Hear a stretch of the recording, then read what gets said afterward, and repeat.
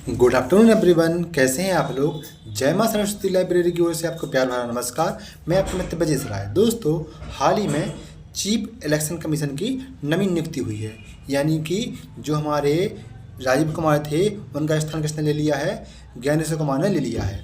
जो ज्ञानेश्वर कुमार हैं वह 26 जनवरी 2029 तक क्या रहेंगे, चीफ इलेक्शन कमीशन यानी कि मुख्य चुनाव आयुक्त रहेंगे। अब हम जानते हैं मुख्य चुनाव आयुक्त के बारे में।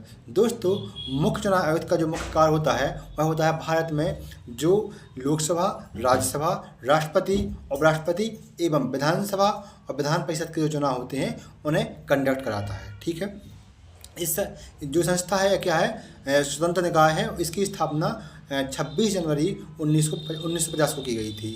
इसके द्वारा एक दिवस मनाया जाता है जिसे बोलते हैं मतदाता दिवस। वह कब मनाया जाता है, वह मनाया जाता है 25 जनवरी को मनाया जाता है प्रत्येक वर्ष। ठीक है, तो आप याद कर लेना, क्योंकि कहीं पूछा जाता है कि मतदाता दिवस कब मनाया जाता है, तो यह मनाया जाता है कब, 25 जनवरी को मनाया जाता है। अब हम जानते हैं जो हमारा चुनाव आयोग है, इसके जो चीफ इलेक्शन कमीशन है, सबसे प्रथम कौन थे, तो वो थे सुकुमार सेन थे। कौन थे, सुकुमार सेन थे। ठीक है। अब हम जानते हैं हाल ही में ये जो पद है विवाद में क्यों रहा। तो दोस्तों, कुछ टाइम पहले जो हमारा सुप्रीम कोर्ट है, माननीय सुप्रीम कोर्ट, उसके द्वारा एक गाइडलाइन जारी की गई थी कि जो चुनाव आयुक्त है एवं मुख्य चुनाव आयुक्त हैं, इनकी नियुक्ति एक समिति की सिफारिश पर की जानी चाहिए। उस समिति में कौन कौन होंगे, तो उसमें प्रधानमंत्री होंगे, इसके बाद लोकसभा के विपक्ष के नेता होंगे, साथ में हमारे चीफ इलेक्शन कमीशन यानी कि मुख्य न्यायाधीश होंगे। ठीक है।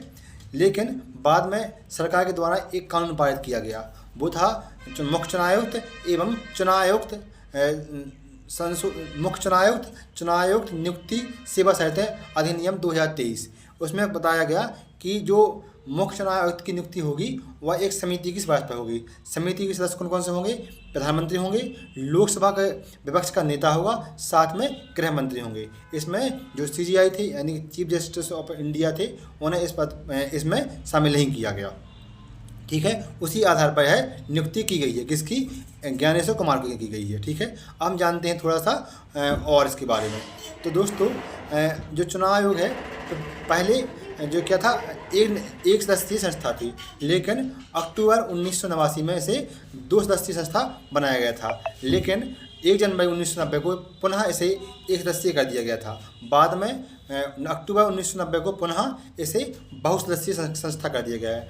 वर्तमान में यह बहुसदस्यीय संस्था है। इसमें एक मुख्य चुनाव आयुक्त होता है और 2 अन्य चुनाव आयुक्त होते हैं। ठीक है दोस्तों, तो आपको कमेंट करके बताना है